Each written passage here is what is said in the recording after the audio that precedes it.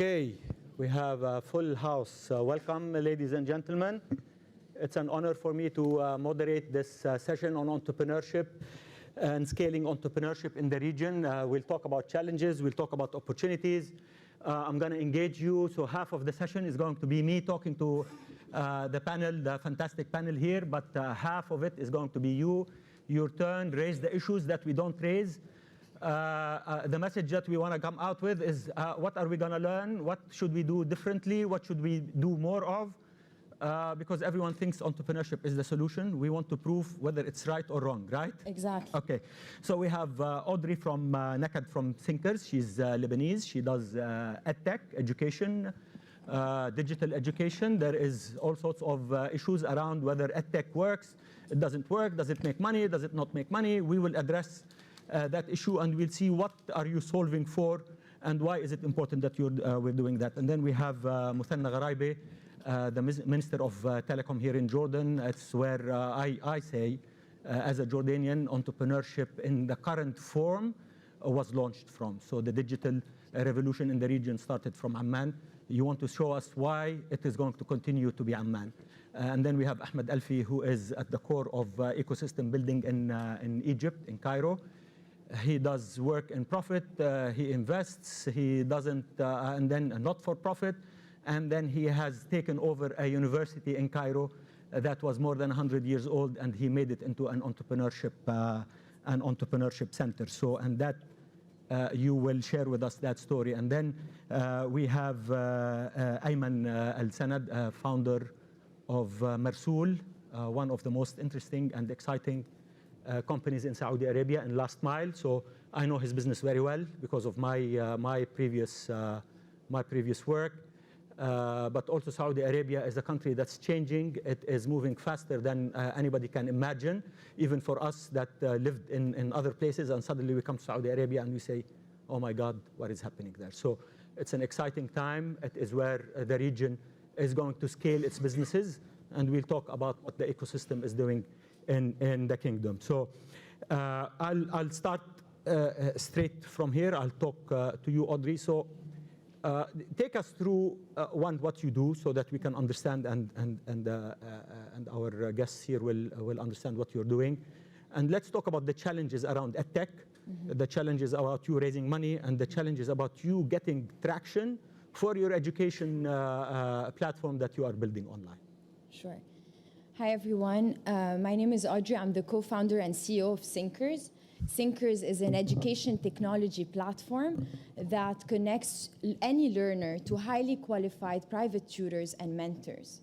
We're creating a community of knowledge exchange. The idea started, and what we're solving actually, is the fact that there is a problem. Learners can't find perfect mentors and tutors. It's tough nowadays, and they can't find each other. So we created this amazing marketplace that connects them. And today, standardized learning is honestly something that I don't like. And nowadays, once you want to talk about tutoring, private tutoring, education, it's all moving the trend towards personalized education. So what we decided to do that we're doing in a very different way, we're creating B2B partnerships with university to create job opportunities for awesome university students to actually teach, mentor, give back to their peers, and peers who are struggling to actually learn from their peers. So we're doing this peer-to-peer model that is working very well and has increased academic performance by 20%. And so explain to me, what does that mean? So I'm, as I told you, I will push. Yes. So what does that mean? What is that 20% improvement mean? The 20% improvement, how do we know, first of all, how do we measure it? When you sign up through the platform, we ask you what's your current score, what's your current grade, and what's the objective out of it. After conducting 6 to 7 sessions with our mentors, we ask for the other score. Right. And that's how so you're able to compare. measure. Exactly. That's how we compare. And that's how we know that that's the impact of personalized private peer tutoring on academic performance. And this is something that we were able to how were you able to fund this business? I mean, have you funded it through the central bank grant, not grant, it's an investment system. Exactly. So I'm not sure if you heard about Circular 331. The central bank in Lebanon has decided to actually give, the amount that was given is through banks. They push banks to give money by saying, I'll invest in companies or startups that are promising. In return, I'm going to... In the digital space. In the digital space. In return, I'm going to secure or guarantee 75% of your investment to encourage banks to invest either through VCs or accelerators into startups. And so you got access to that money. Definitely. And so what happened now? So thanks to this money, we were able to, first of all, prove that our concept is working, reach product market fit in one country, which is Lebanon, expand to the UAE, and also getting into Saudi. So So are you already in Saudi Arabia? We're preparing the supply side. And is there a licensing process for you? Did the Lebanese system require you to be licensed as an education platform, or is that outside of that? No, it's outside of that. So far, we've been working you're independent in 3 countries. of that. We're independent. And so how's your traction? Do you have actually people online that actually use the platform, and is there engagement? Of course. Can you talk to us a bit about the engagement? Is it real? How big is it? Sure. So in terms of how big it is, we have 30,000 students using our Lebanese platform. mostly now. Mostly Lebanese, and I know compared to Saudi number, it doesn't sound as huge, but compared to Lebanon, it's a big number. So that's why we noticed that it's very in demand, and we're getting into bigger countries. We have more than 1,000 mentors and tutors active on the platform, and that are recommended by top schools and universities that we're working with and partner with. Now, in terms of if you want... Talk to us about the economics. How do you make money? So how we make money, it's very simple. It's a marketplace, so we take a cut out of from the tutors. So the tutors will charge students online? Exactly, and we take a 20% cut out of each transaction. And that happens online? It happens half online. We have also mostly offline as well that happens. Right.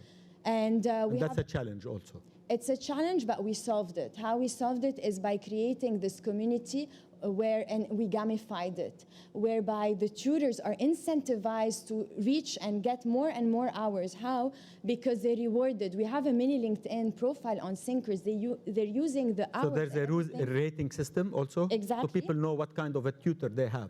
100%. Plus, it's recognized by top universities to pursue their master and PhD degree. They take it as experience. So they care about this. And since it's a market... It's like internship. It's like internship. It's like also LinkedIn when you build your profile and they check you out to see if you're actually good. Thank you, Audrey. Mothanna, you are at the forefront of the let's say, digital revolution 2.0 here in Jordan. Jordan has recognized very early on, since the early days of His Majesty, by launching Reach, the Reach initiative, and by opening up the telecom industry for competition, by putting an independent regulator, which has created all sorts of people that wanted, of students that wanted to study computer engineering, computer science, software, which created a massive amount of talent in Jordan. And then we exported a huge amount of Jordanians to actually work across the region, and I see them in Africa and many other places. What's happening in town? I know the central bank has a fund. I know you're doing back office work. A lot of companies in the Gulf have their back office operation in Jordan. There's a win-win combination between the Gulf and Jordan. So tell us, you as an official and you as an activist in your previous life. Oh, thank you. You know, you said I'm going to tell you why it's going to continue, because it's genuine, because it's organic, because it's built in our blood. I love the story. Maybe I told it to a few of the people in the room. 14,500 years ago, the first bread ever on earth was baked in Jordan. It was discovered. Reuters reported it a few months ago. So, and at that time, wheat was not even yet planted. People of this country have collected wheat, crushed it, created bread. They created a use case before there was supply or demand. They're that innovative, and they will continue to stay innovative. They need it. They cannot afford to be privileged. They don't have any resources but their innovation and their dedication and their ability to create a difference by their own will and personal drive. Jordan has invested a lot. Before I come and after I leave, I mean, 27% of the most important 100 startups in this conference are from Jordan, and we're only 3% of the MENA region. I mean, that says a lot. On the Global Talent Competitiveness Index, we have moved from 70 to 50 in 2 years. We're now more talented than Turkey, Brazil, Russia, and India. That's Jordan. That's our people. Our biggest challenge is the unemployed youth, and they're our biggest asset, and it's happening. It's a fact that now... What are we doing for them? What are we doing for them? Right now, we would support with the ecosystem, and luckily we have a very lively ecosystem which is very much led by females. It's Reem, Dima, Noor. There are lots of, all the ecosystem, I don't know what it's female dominant. We had a survey with the World Bank, Ali Abu Kmail. And we have just measured what's their challenges. And I mean, if those people made 27% with all the challenges, then that means there are a lot. If we unleash this potential and break those challenges, it would be much bigger. So we collected their info, and because out of Ali's report, he said the 230 companies that answered this survey are very much similar to the top 100 companies in the region as well. So we're almost there. What we need to do is to allow them access to market and access to finance. Access to finance, we have the ISSF opening. We have the Saudi... So maybe not everyone knows ISSF. What's ISSF? ISSF is the Innovative Startup Fund. Central Bank with World Bank, they provided 100 million. They're going to be invested in startups. There is the Saudi Jordan. And they started investing. They started investing. I mean, where is Rama Kayali? Is she here? Put the pressure on her to invest because she's been late. No, Rama is already invested in. Because I can tell you startups are standing in line now. Yeah, exactly. So you need to get the conveyor belt system to work. Exactly. We need to act quickly. Saudi Jordanian fund, they're going to put 100 million. Crown Prince Foundation with Khalifa Fund, they have 100 million. 100 million. Yes. So, and after London Initiative, we have few investors who are coming around looking, seeing, I mean, what we did in London, you know, we got those entrepreneurs to tell their story. They were the most impressive. They told the Jordan story in the best way. I didn't do that. They existed way before I come. And we have a good story to tell. What are we doing for them? We took this feedback. We're working with the ecosystem, with the private sector, Jordan Strategy Forum, the World Bank, the J-Core, all the startups, to create a matrix, and we see where we can take action. It can be a bylaw, it can be regulation, it can be attitude change, it can be a law.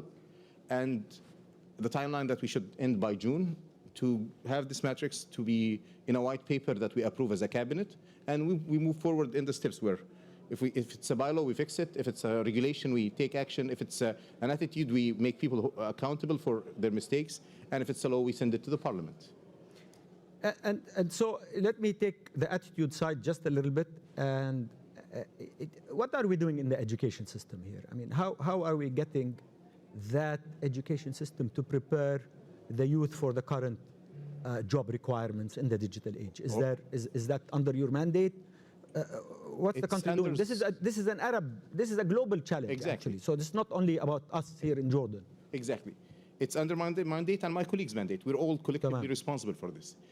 From my point of view, I'm doing this upskilling programs, boot camps, 300 hours of cybersecurity, coding, communication, life skills, whatever, for a certain limited number right now with the current financing. But we're building a model where we can get more financing and scale it up. So we train the graduates. But we need to start way earlier. And we were having a discussion in the morning. We need to, last year we pushed Hello World Kids, one of our startups, to educate 33,000. Hanan Khadr, I guess she's here somewhere. She should be here. She educated 33,000 young kids boys for coding in public schools. Right. And that's very important. It's public schools. We need to scale this up. We need to do proper, maybe what we need to do is go to Raspberry Pis instead of doing computers. I was just discussing with 2 young entrepreneurs yesterday, and it can be done. We just need to design it and get the right funding. It's in the process. I'm not committing to it because I need to get the funding. That's the biggest challenge that we always have. Right. But there are different streams of where we can work on graduates and people. So I'm going to tell you. So I work, as you know, across the region, and the amount of engineering talent that is needed in the Gulf is staggering. Yeah, definitely. And we need to get if we're going to be able to solve the unemployment challenge here in the region, and specifically in Jordan, then we need to get that talent available and ready, because Mumbai and Karachi are 1 hour away from Dubai. Exactly. It's closer than Amman. So talent, when it's needed now. So if we not have our talent ready, they'll go somewhere else. Exactly. And so that's a big, it's an opportunity and it's a challenge at the same But time. let me tell you one thing. You know Cisco? They're closing their war room in India and moving it to Amman. Brilliant. 150 people, they're going to move to Amman soon. Juniper, they're going to have a technical assistance center here. I'm going to Forbes next week, this week actually, on Thursday, to talk about this. It's happening. We're going to get more skills. I'm going to, Ali, our dear friend, has supported us to get the National Skills Development Center from India to come to Jordan. Excellent. To help us design the program. We're working together. I mean, we need to learn from where people have ended. I mean, we don't need to start from scratch. Indians have done a good job to get their so you learn up. from them. Exactly. So the team from India is going to join us in 2-3 weeks' time, and we're going to build a model. Let's hope we can get it up and running soon. Thank you. Ahmed Alfi. So you are a venture fund now in Egypt. You've built a fantastic network of accelerators across the region, Flat 6 Labs. You're in Tunis, you're in Cairo, you're in Beirut, you're in Bahrain, you're in Jeddah, you're in Abu Dhabi. You are at the forefront of investing. And Amman soon. And Amman soon. Oasis 500 should hear that. And so welcome to Amman. With pleasure. Ahla wa sahla. So, and I know you started by learning from Oasis, and then you've beaten them. So, and you're coming to their home turf. And you're here, yes. So, we will give you the first question after the. So, Ahmed, look, and then you took the Greek campus. For those of you that don't know, Ahmed Alfi took the American University Greek campus in Tahrir Square. And if you didn't go there, you should go there. It's a center of entrepreneurs and entrepreneurship in Cairo, and he took it at the biggest and worst time that anybody could have invested in Cairo, and you turned it into a fantastic jewel of revival, because the AUC left Cairo and you brought it back to life. You're also in education with Nafham and online videos for not-for-profit. Cairo is coming back. Just by the way, the intro is done. I don't need to say anything. I know, but I can't say any better. I did that, Ahmed, so that you don't talk about yourself. Okay. I will talk about you. What I want you to. And he used to be my employer 17 years ago. So. And so that's why you're like this now. Nothing better than an entrepreneur teacher. But so, Ahmed, talk to us about talent. What's the challenge of talent in the region? What are entrepreneurs? What are the challenges of entrepreneurs that want to scale their businesses across the region? What are they facing? Where are the issues that you see specifically that I don't know anyone that is more on the ground than you than you and your team? And talk regional. Talk about regional Egypt and talk about the rest of the region, please. So, two sides of talent. Talent that's graduating, that's good, is mostly self-taught on the technical side. So what does that mean, self-taught? It means universities are doing a lousy job. Okay? But then how do they teach? But how do they learn? It's important. Online. I have kids, Kharrig Tigara Bursaid. That's like trucking school in the US. Okay? Self-taught to a PhD level in artificial intelligence, because it's all available online. Exactly. Right? It's all available. And so the guys with passion excel, or the guys and girls, the people with passion excel. Right? And the opportunity's there. We just need to pave the road for them, maybe steer them a little bit and give them support. The education panel this morning, where they were talking about, the total experience of the university missing. KAUST, we're talking about KAUST. KAUST, how many Arab students do you have? Arab students, right? So all the best brains, it's like, should be the Caltech of the Middle East. We need more of these places. We don't need just one KAUST, we need 10 of them. Right, with a deep emphasis on technology. We love deep tech. We invest in like AI, chip design. We like that more, maybe because we're all geeky at heart. I would tell you my biggest rant, my latest biggest rant, is this macro overview that the Middle East needs to be the back office for the world. Okay, we need to shift. I'm in the middle of writing something about this. We need to shift from extractive to creative economies. And extractive economies here, we have extractive economies in 3 ways. We extract oil, gas, whatever, resources, agriculture, that's one. 2 is we extract our talented people and ship them overseas. And 3, which is the real crime, we extract the upside of our young people by making them call center operators. But why call center? Alfi, can I challenge you on this one? So back office engineering operation in Cairo and Amman, what's wrong with that? It's great, it creates jobs. They don't have to but be that shouldn't call be the centers. policy. They are engineers that are working in the engineering. Sorry, you take an engineering graduate and make him a call center operator? No. You've extracted his upside. Yeah, okay, but an engineering back office is okay, right? I mean, Of course. Say yes. Absolutely, 100%. Why? Hang on. Why? Because that guy learns skills that he can then use to shift to creative. Okay, so- At a call center operator, you're never going to shift to creative anything. So you're basically saying, I don't want to graduate an engineer and he ends up driving for Kareem, right? What I say is I don't want to graduate people to be the digital servants of the West. Okay, fair. I want them to be the creators of our economy here. But there has to be a balance somewhere because we have millions of people graduating from universities. No problem, and we should be creating jobs for them here by encouraging the creative leadership and the thought in the engineers here to create the So jobs tell me for them about here. that challenge. How can we tackle that challenge? I mean, what is it that needs to be done to tackle that challenge here in the region? What's missing? The cycle is finally happening, right? We talk ecosystem. Ecosystem is a self-sustaining cycle. It's not self-sustaining. We're missing lots of gaps. Which are? Lots of gaps. Well, we're missing Give me two better gaps. education. We're missing a slot there in like the $100,000 to $300,000 funding gap. Okay. So early stage investing, angel investing. What else? We don't. You run a VC now. We don't have 5,000 people like you who started companies who are the entrepreneurs that didn't happen 20 years ago who would be the mentors of today. There are many graduating now and That's right. It's happening. The wheel is starting to turn. Right. But that's the big part that's missing in the MENA region. Right? That's why we don't have a self-sustaining ecosystem. We're building an ecosystem. You fill gaps, I fill gaps. But they tell all me what's fill happening gaps. in Egypt now. Why are you bullish about Egypt now? What is different today than what we saw 2 years ago? Other than, we're not talking politics, right? So what I'm seeing now is 9 years ago, all the applicants were 20 to 25-year-old geeky kids. This is Flat Six Labs, right? Flat Six Labs, and even Sawari and whatever. I started a company, and 25 geeky kids who, don't know what the hell business is. Now we're seeing the potential of funding, and talented executives are leaving their jobs and leaving Procter & Gamble and leaving the telcos and coming to start companies and leaving the McKinsey to create the Kareems. You're seeing that across the Middle East. The amount of Egyptian startups that we are seeing is staggering in the past year. That's right. It's overwhelming, really. And they're solving, I want you to address this, they're solving for mega cities. This is the first time where I find entrepreneurs who are solving for problems of financial inclusion, mobility. You have Swivel, you have Halan, you have companies that are solving for their immediate neighborhood problems. So And- tell us about them. But I just want to go back just one thought. The guys that are going to leave their job and set out across this desert of entrepreneurship, they want to know there's refueling stations across that. Right. And the perception that there's some funding that they've seen somebody get funded at $1 million, at 10, and at 100. Okay, that's been done.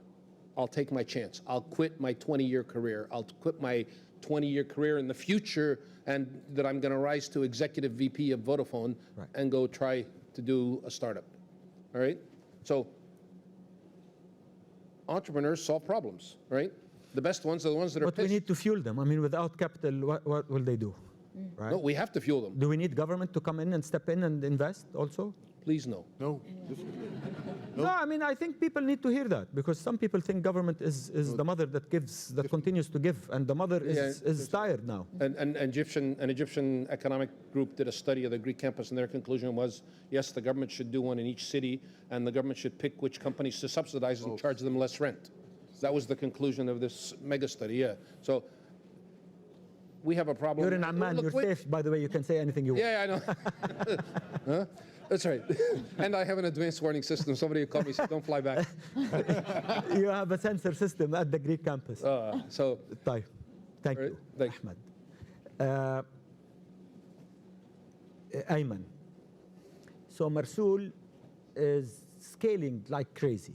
I'm hearing. So I'm hearing you're scaling. Mrsool is a last mile company, right? So maybe you can, just like Audrey did, tell us a little bit about Mrsool and tell us about what's happening in your country in terms of the openness the support for the entrepreneurship ecosystem and the amount of Saudi. Now, when I mean Saudi, I mean Saudis like you, founders building businesses and solving for problems that are, or challenges that are Saudi. I am extremely impressed with suddenly you thought nothing is happening, and then you wake up in the morning and you say, what happened here? So can you explain to us the enigma of Saudi Arabia?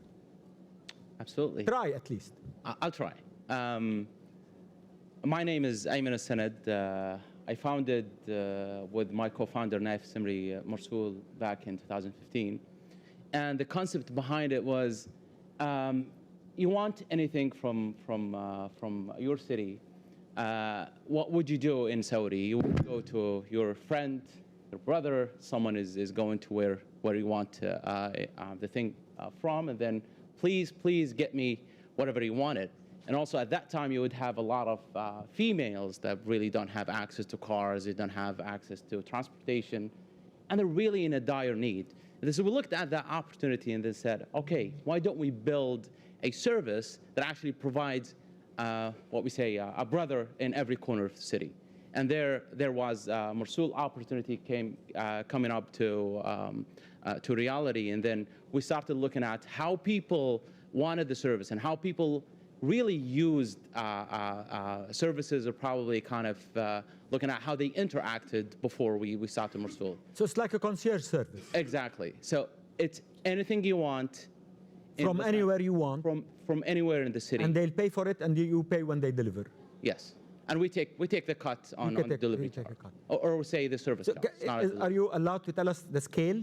I mean, yeah. How many do you do a day? I would say... you can give plus or minus. You don't have to be accurate. Do we have to talk about numbers? Numbers. The platform, I would say... it's all online, right? No, yeah, it is all online, yeah. But I would say, I would talk about how many users that we got so far. Please. We've gone about 4.5 million users subscribed to the platform. We have more than 200,000 couriers subscribed to the platform. And I'd say more than 50% are Saudis. People are using the service, are finding the service very relevant to what they need on a daily basis. Hyper-local solutions. Yes, this is a solution that was thought out and actually tailored to what people needed. I'm not saying it's only for Saudi. What we think, this is a solution that could be deployed across the region and even beyond. But you're able to scale. I mean, you're lucky to live in the largest economy in the region. Okay, here's the thing. Yeah, Saudi has always been a country that imports technology. Yes, we always want, all our companies want to go to Saudi Arabia. Believe me. Yeah, but now I think it's time to start really kicking the ball. Is that a feeling in Saudi Arabia that we are in the biggest economy? Everybody wants to come here. Why don't we start our own businesses? Yes, absolutely. And are you able to access talent? Is there Saudi talent? Okay, but before I talk about this, go anywhere you want. Yeah, let me look. When you have a startup like Mrsool succeeding, you think this actually happened just all of a sudden. Probably was so easy that I could actually get this company off ground. Before Mrsool, I founded the company, and it was probably 2012, and it was a marketplace at that time. Trying to really get this company off ground, and probably we got about 20,000 subscribed users, and then the biggest challenge we face is how can we get money for marketing. I put some money from my own pocket, and my partner contributed as well, but then we could not do any progress. I was looking for funds, looking for people who would support it. I was looking for people to understand what startup means at that time, 2012, 2013. We're not talking about 20 years ago. We're talking about just probably 7 years ago. Yeah, 5 years ago. And then, unfortunately, I had to let that go by the end of 2014. And then, so you are you're a first time. Yeah. You failed. That was for the second time. That was for the second. So Arabs can actually fail and nothing happens. You can start another business, right? Yo. Yeah. That's a surprise. That's okay. I mean, there is this. I'm saying this because there's this concept that if you fail, we'll go home and close the door and start crying forever. Yes. Right? Yes. You did do that. I did it for a while, but then. But then you came out. Yeah. Yeah. You get to your black box and then you come back eventually. Yeah. Alhamdulillah. What happened in 2015, we did the same mistake again. We started thinking that we could actually pull this off. But in the beginning of 2015, we did not know what was happening in the startup scene in Saudi. When we started, nothing really changed. We had this idea, we built it, and then by the end of 15, I started noticing that I was not alone. There was a lot of people around me trying to build companies, and then you would see the startup scene is changing dramatically, and people really excited about building. And we're talking about Saudis here. Saudi, yeah, we're talking about Saudi. And then we're starting to hear about what's called SMEs, small to medium enterprises. This term that I have never heard before. I was actually what we call SMEs as the specialist people, not really companies. This category was something different. And then you start seeing investors approaching us without really looking for. And what you say, really? Yeah, that was something. That was something Who gave you the first money? unimaginable. Who gave you the first money in Mrsool? Angels, family and friends? No, it was actually a private money. We raised this from our own Your own pocket, money? Yes. So family then- and friends, effectively, Yeah, internal. yeah. And then we continued on that until we closed the Series A fund a couple of weeks ago with From STV and Ride, yes. So, and you got a big round. The investor, yeah, Mazen, yeah. And so you expect to scale. Where do you want to go? I mean, how big can this go? We your think mind? the sky is the limit. The problem, yeah, when we talk Tell me about scale- talent. I mean, how are you accessing Yeah, talent now? okay. Okay, thank you. That's the core that's question. the- Ask them That's also the- about the negotiations. You let your people negotiate on the fly, right? Yeah, it's not a negotiation. It's actually you're getting the best prices that the market is willing to give you right now. Right. It's a kind of a bidding process. So there's a that- bidding process, yes, which is yes. different than just a It normal is delivery. definitely- So yeah. a bidding process. So I will pay you this much if you pick this up, and you'll say no, I want this much. Yeah, they would tell you, I'll do this service for you for that. That's- for them. And this is crowdsourced. And once and then you This is start- crowdsourced. Yes, yes, it is. And then you have a chat between you and the other guy. Talking about talent. Talent, yes. Well, this is probably this is not just Mrsool, not us, not anyone else. It's a common challenge across the board. Everyone is suffering from a talent. In Saudi, you would see a severe lack of talent, and those that are great, they're really not. They really do not work as employees. They want to build their own startups, and then I think I've thought about this. I've even traveled from Jordan to Egypt, and even traveled outside the Arab world, looking for a sustainable talent pool that can actually tap into whenever you need to. And I think the Arab world has the greatest talents, but they're not really.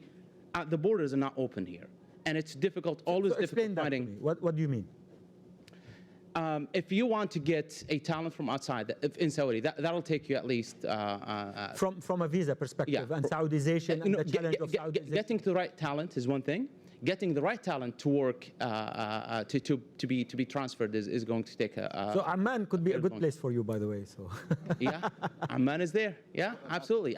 Amman, I've always been fascinated by Jordan, actually. you can negotiate with the minister. Yeah. You do it in the private sector. Many of them are here and willing to support. You don't need to Okay. really get them to Saudi. They can work from here. Okay, yeah. This is actually the model So that is capital evolving. is available. Talent is an issue, and it's a global issue. It is. What are other challenges that you are seeing now? Look, startups are actually disruptors. So if you think about them, they always come and thrive in a gray market, something that is not regulated. And then when you build a fantastic product, a fantastic service, people are using it, they're happy about it, and then all of a sudden, a regulation put in place that probably will do something you don't want to talk about. I have a saying for this. I mean, everybody has a saying. So in the Arab world, you commit the sin and then you ask for forgiveness. Yeah, so you go out and then the regulator comes, because if you're going to ask the regulator to regulate you, what's he going to say? No. No. But that's So what do you do? disruptive technology. If he says no, you say, thank you very much, I'm starting my business. You not move, yeah, exactly. Because otherwise, we'll all be sitting at home. Exactly. Okay, so you want to add something? Go ahead. خلي أيمن. Please. Go ahead. No, I want to add when you're Yeah, done. so the idea is we want regulators to look at what actually startups are doing and be very careful when they incite regulations or rules, not really to disrupt it or probably put it back where it started. And I'd like to add as well, in some countries, infrastructure is a big problem. Yeah, your country is a big infrastructure problem. Exactly. And I admit And it has nothing to do with you. It has to do with the other guys. exactly. We can't talk. Yes, no, we. I want to add just kind of for everybody else. These people are the thing that makes me optimistic. Thank you. And when you hear all the Saudi kids and the young kids in Lebanon, whatever, they want to start their own businesses now, it's really I grew up in the US, the American dream, the illusion of self-determination that you can control your own future. Technology actually gives that to them now. Yeah. Okay? And that's what they're trying to pursue. Absolutely. Technology empowers them with the knowledge and ability to act, to be able to influence their own future. And that's really what's the big motivating undercurrent that for these, Tamam. for these millennials. Mothanna. I just want to comment on being the slaves of the West and what. Mothanna, we want to hear you. No, people on the call centers doesn't really need to. I didn't say slaves, I said servants. servants. Whatever. I mean, people. Slight difference, voluntary. I mean, for example, the Microsoft back office in Amman, the people in Jordan have access to the source code. They really develop the source code. Those aren't call center operators. Those are technology people. Exactly. And they're improving themselves, and they will become creatives in They're added Amman, value. and they'll even start their Added own value. companies in 1, 2, 5 Because years. you said one thing that entrepreneurship is the solution. It's a solution. It's not the only solution. Come It takes two to tango. We need to create enough jobs, and you need to create innovation. You need them both to work together.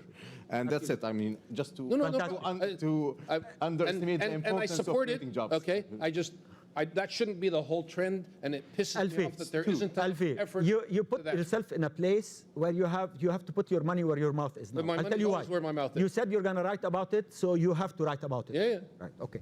So I'm going to open it up for. We did half an hour.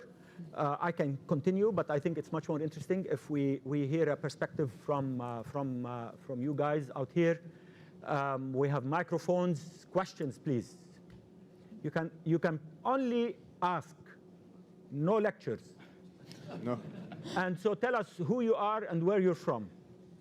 Where from the business, I don't care which country you come from, but for which business. I'm Ahmed, a global shipper from Amman Hub, and I work as a program enterprise in Jordan. So my question related to the youth in Jordan. We've been working for the last 2 years with the university students, which is with the very early stage entrepreneurs in Jordan, and I've been working with all governesses with more than 10,000 youth. And I always think about the maturity we have in ideas. Like last year, we had the winner team from Beto University, one of the universities in Jordan, and we gave them in seed funding $150K. And when we start $150K. And we start thinking how we can build this business together, it was a big problem with the maturity and the mindset. So investing in companies, it's very important, but investing in youth, it's very crucial. And so the question is? The question is to Mothanna. When we think about investing in youth, and as a government or as a private sector, what we are doing now for those people who want to build their businesses, they have ideas, they are entrepreneurs, but they don't see a good or enough amount of support from universities, government, or private sector. But what sort of support do they want? Education in entrepreneurship, skills. Education, it's also, as you said, that the government be aware from this. The private sector is doing a good job already. Injaz, Oasis, Endeavor, there are lots of education. People need to do their homework and find those resources that are there. We might need to make them more visible, but they are here. We need to attract more investment funds to create more ecosystem programs, improvement to teach the people. ISSF has 5 million for the ecosystem improvement, which includes those mentorship and guidance and whatever. But this is it's pure business. It's pure business. The government needs just to open the doors. The private sector will do its that's role. the right attitude. Arij from Bahrain. Yes, hi. Thanks for introducing me. Sorry, because I know you. I'm just teasing you. My question to the panel is that we've been talking a lot about the difference of the importance of the government taking a part and investing in all these different types of support programs, and also towards that potentially maybe the startups on the panel could also help shed some light. How do we ensure that all of these programs that we're doing, that doesn't create sort of an overflow of support, and then we end up potentially maybe glorifying certain startups, and how do they actually become globally competitive? So if we are actually trying to create, and you mentioned, Minister, that we're trying to create things organically, but if we start to push different things into the economy, and then some startups that potentially could be just maybe mediocre in global terms, how do we get that to that? They will fail. And anybody can take the answer. Yeah, but I mean, if they're mediocres, they will fail. That's it. No, but I mean, if the government is pumping in money, a government is pumping in money, The government and is not keeping them pumping in alive. money. So how do we create No, like a not balance good. between that? I mean, we've seen that so happen, and there it's- are live cases that have happened in the region. So my question is, how do we solve that? Thank you. Give it to Ala next to you. But I Ala. mean, definitely, Ala, but- investment Yeah, and should not come as a government decision. It's not right. I mean, if I take the decision, I will not be the right person to do it. It has to be done by pure business logic and should be done by people. So the government, maybe not in my country. Maybe that's why Alfi can. No, I mean, because some government programs will say you need to invest X amount in the country if we're going to give you money, right? So how does that make it a competitive environment for the startup itself? So are we investing in the technology, or are we investing in the country? I can answer this question because actually we're seeing it with Circular 331 in Lebanon. It's true that you have the impression that there is a lot of money available and you have to invest, and why they push you to invest is actually to nurture the economy. But what we've noticed is that they give the money to the right people who are VCs and do their due diligence and their homework really well. So despite the fact that there is $600 million, you're going to be surprised that most startups in Lebanon fail because they don't have access to these fundings, because they don't pass the test. It's true that it's available, but what we've noticed, despite the guarantee, the 75% guarantee, the VCs are still reluctant to take lots of risk, especially, and invest in the wrong startups. So it's not true about there is funds, anyone who's interested will invest in you. We don't see it in Lebanon. So, but the problem in Lebanon also, so and to answer your question, if I'm allowed to answer questions, is that the funding is restricted to Lebanese in Lebanon. It's not going to work. I agree. You are not going to be able to build businesses around the Lebanese economy because it is so small. And so if you want to attract talent, if you want to have your companies actually grow, you need to be a bit more, less nationalistic and more about what am I doing for the economy rather than I'm restricting it only to certain nationalities. Ala, question بسرعة. Sorry, hold on. I want to answer. I will tell you that my thinking has evolved, especially as it relates to 331, and I have changed my mind quite a bit. At first, I thought it was terrible. Why? Because you're taking money from them now? No. I'm joking. No, hang on. It's because the program overflooded the market, and I thought it would overflood the market and increase the valuations, but it did attract talent back. It attracted a lot of. The jury is still out on Lebanon. Exactly. We don't know. The jury's still out. We don't know yet. And the smart thing that they did is said, we're going to do this, and we're going to see how that works. Yeah. And we're not going to do 17 things and see a sign weighting to different one on which impact it had The on the economy. problem with government money is policy dries up. So they'll give you the first infusion. That's right. And they tell you, thank you very much, we stopped. You can't leave me in the middle of the road. But anyway, that's another. Ala. Very fast. I think Arij was super diplomatic. What I want to repeat her comment in a different way. Last year, we had two funds in the region. One started in Bahrain, $100 million. They deployed 45% of it till now. At the same time, we started a fund in Jordan with the same size, $100 million. But, okay, so How they're much is starting to deployed invest. till now? Okay, let's be fair. They will start to invest. Yeah, but the difference between the two funds is that Bahrain fund is regional. They don't care about Bahrainis, or I mean, you don't have to be Bahraini to benefit from the fund, while our fund is restricted and they did not even start investing other than one deal that His Excellency told us about now. And you will have, and as we know, a lot of Jordanian companies are getting in the pipeline to be invested. So it would also be really cool if kind of the questions were to raise issues that would be of interest to as many people as possible. Coming to you. Okay, and then one over there next to the camera. Okay, please go ahead. Hello, Fadi from Agility Venture Capital. You took my point, the first point. When do you think the governments, instead of pushing for money, pushing for cross-border regulations, I mean, the biggest problem we have in like startups, they start up in Saudi or in Kuwait or in Dubai or Egypt, and they cannot cross border. We get stuck in that. We agree. They can cross border. It's just there's a lot of friction. So people do cross border. Yeah, I mean, why doesn't the government support us in that area? Yeah, it's So my opening. question- It's the grand common Arab market. We have yet to see it. Once it happens, you'll see a lot of stuff. Next to the camera. I vote yes. هناك عند الكاميرا بسرعة. We don't have much time. Yes, right there. Yeah. Hi, Fadi. Can I just quickly answer a question you raised, Yes. which is what are we doing in relation to the attitude and changing mindsets? Yes. And I just want to mention But because can you tell us who you I'm are? Dima from Injaz, Okay. based in Jordan.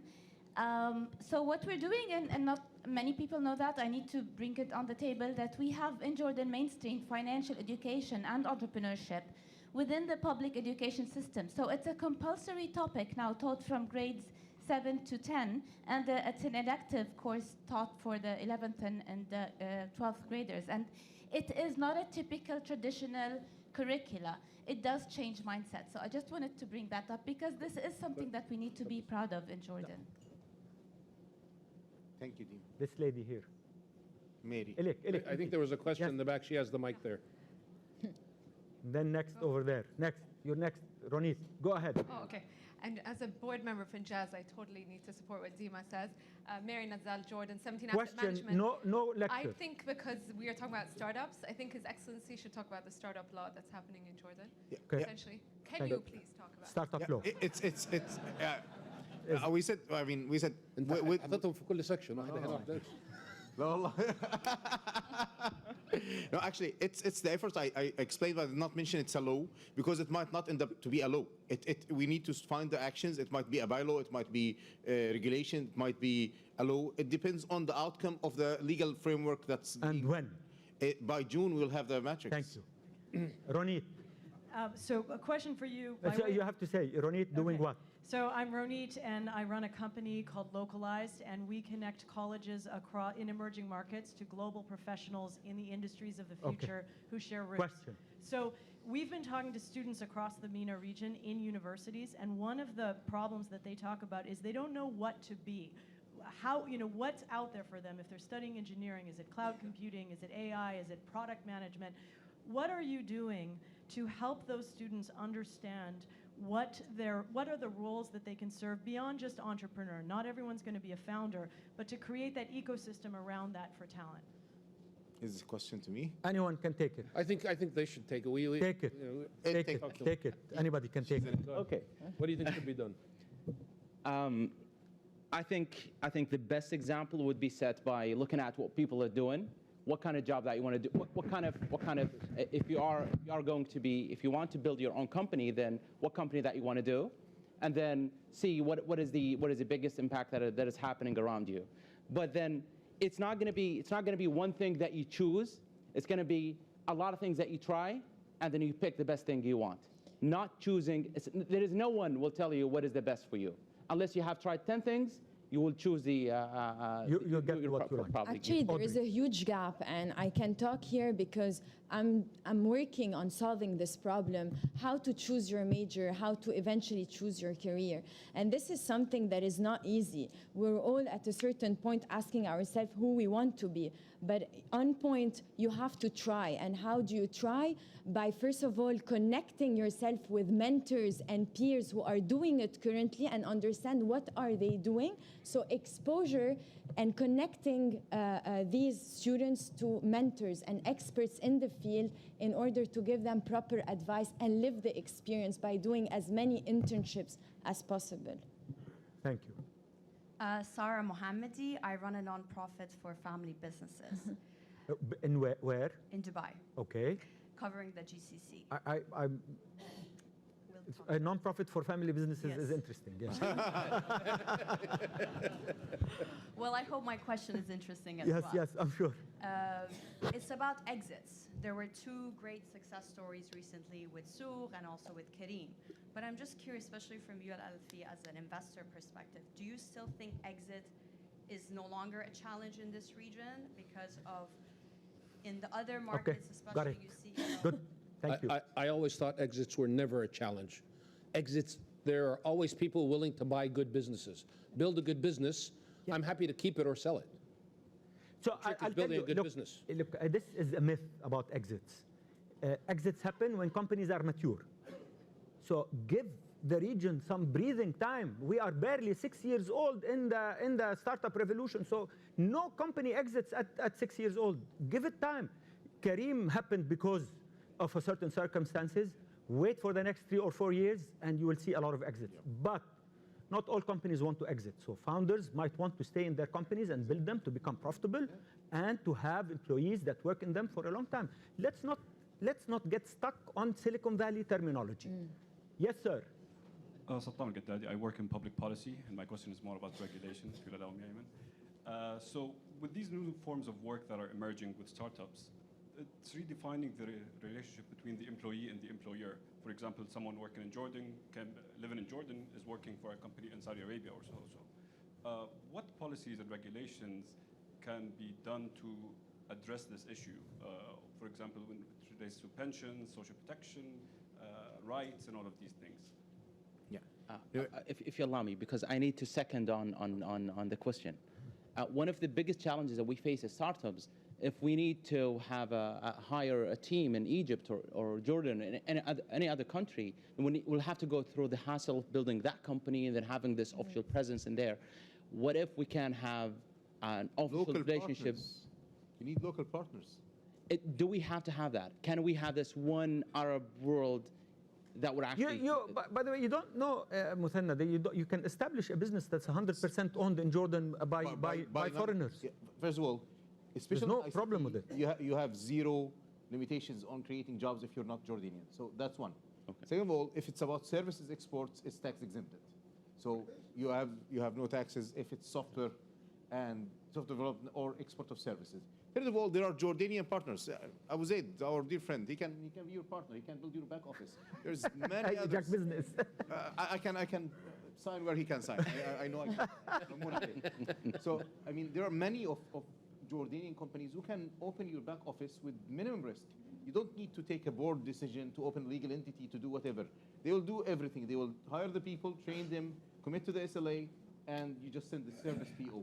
It's a service PO that takes zero risk, and you can try them for 6 months and then stop if you don't like them. I made a hostile attack on your question. I'm sorry.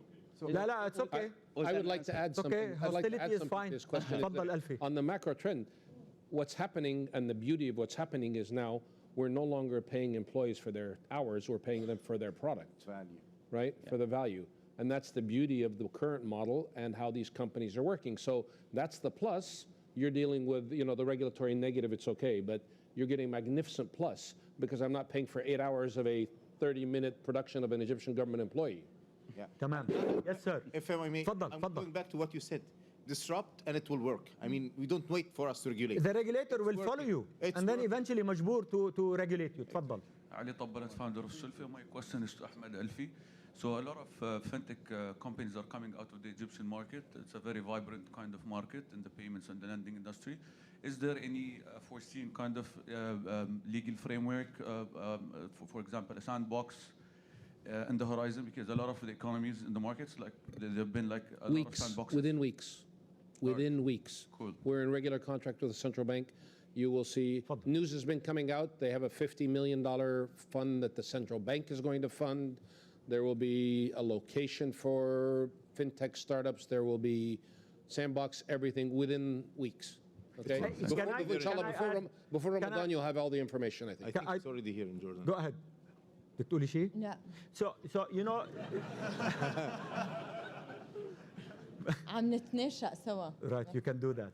That in Dubai they came up with, I hope every government in the region will copy it, a reg lab for government. So if you have a technology or anything that you want to implement in the city, they will give you a temporary license until you prove that you are able to do it safely, and they will give you eventually a license. Automatic. It's low. So don't wait The rest of us just want a sandbox. Actually, I would like No, to and you can play in the sandbox, but the sandbox is limited also. You want to understand, try, but we just- you want to go let's into the start with city. that. So sandboxes are extremely limited. Nobody in the Middle East is going to do It what Dubai happened did. to us. So in terms of regulation, Okay, you were Bala. asking, in the UAE, if you may, of course, in order to operate, you need a license and everything. But as you all said, as entrepreneurs, you can't wait and you cannot afford to wait because like time is very precious. So you have to get into. So we operated in the UAE without a license. We signed with top universities without a license. And then what happened? After that, automatically, because we got distraction, thanks to that, they followed. Nothing more powerful than the community to pressure government to license you. Exactly. Yes, sir. Hi, I'm Khalid. I'm from Casablanca, Morocco, and I'm the regional lead for Demo Africa on the MENA region. We talked about the transfer of, employees working from a country to another, but I want to know how do you think we should encourage or how we can help technology transfer from country to another? Thank you. In the region, you mean? Yes, in the region. Alfi, since you were talking about... There isn't anything easier in technology transfer. It's licensed, okay? The problem is with academia, it's difficult because most of them don't have proper technology transfer offices. But between companies, it's pretty straightforward, just commercial terms. Go ahead. Hello, my name is Firas. I'm the founder of Epilert. We do bracelets from Tunis. From Tunis. We do bracelets for epilepsy detection. My question is, I came from a country where we have a lot of talents. We even, as a startup, we have our own graduate programs for new talents. The Tunisian startups are very successful, but how those startups can access to the MENA investors, because in Tunisia we don't have investors. What do those startups need to have extra in order to be eligible for those big funding? Thank you. Can you give this to the gentleman behind you, Marwan Jum'a? I think Tunis, the biggest problem is can't repatriate the money, right? Startup act, but you can't repatriate. If you make a big profit in Tunis, you can't get all the money out slowly, but it's getting better, right? The other thing is a lot of the companies are going after the Tunisian market, same as companies in Lebanon going after the Lebanese market. Unless you're going after a bigger market, it's not as attractive. مروان جمعة صرت خايف أسأل على كل سؤال شوي علي حبيبي مروان جمعة Oasis 500. The question to Audrey and Ayman, you've been successful entrepreneurs so far. One advice you'd give to budding entrepreneurs, what would that be? And what's the one challenge getting in your way to scale and grow, basically? And last point, Ahmed, welcome to Jordan. Come soon. We need more competition. We'd love to have you here. Co-opetition. Co-opetition. We love competition, absolutely. What kind of advice I would give to entrepreneurs? Follow your gut. Start your thing. Do not wait. The opportunity are not going to wait. If you don't do it right now, someone else will do it. This much I know. And then if I would say, what I think why the Middle East is not really going outside the area, why every country is really finding it very difficult to go outside that country, is the lack of expertise in scaling businesses. A founder starts a business because they love it, they love what they do, they probably saw a problem they wanted to solve, but they don't know how to run companies, they don't know how to build an international company. And the lack of expertise here makes Silicon Valley build a company in 1 year, scale it in the second year, and becomes an international company. Here, we just go around, and then we don't really get to a solution. I think that's one. Sorry, but I have to say, there's 100 or 200 people that are going to be unleashed on the market from Kareem who have seen that. And that's exactly your point, that they have not seen it. The hardest thing 5 years ago was to find a CFO in the Middle East. Yeah. Now you see people that have seen high growth and know how to implement it. Audrey. In terms of advice, I think the number one thing that I keep on repeating is, other than passion, is perseverance. Because every day you're going to face so many challenges and problems, and if you don't have this passion and perseverance, it's very hard to actually continue your journey. That's number one. Number two, in terms of challenges for growth, definitely it's access to resources. As he said, we're not used to growing, and the biggest problem is that as an entrepreneur, you're so passionate, you want to make it happen, you tend to grow very quickly, and this is the biggest mistake that entrepreneurs tend to do. You have to ensure that you have product market fit, that you're very solid in one country before expanding to another country. And that's why most of the entrepreneurs fail, is because they want to grow in 3 countries at the same time, and they're not even solid in one country. Hurry up, we have 30 That's seconds. This thing is run by a I'm not bunch going of to Swiss debate it people. now. Question. Actually, to all of you, I was looking at the doing business report by the World Bank, and it's shocking. Why are you based in Dubai, Fadi? Why everybody is based in Dubai? So I think that's not a fair question. I don't know, but I think I think we need to look at the numbers. With all I hope there's no World Bank person here. I don't look at that report. Okay. I will tell you, not a single entrepreneur, and how many entrepreneurs sit in this room? How many of you looked at the World Bank report before you started your business?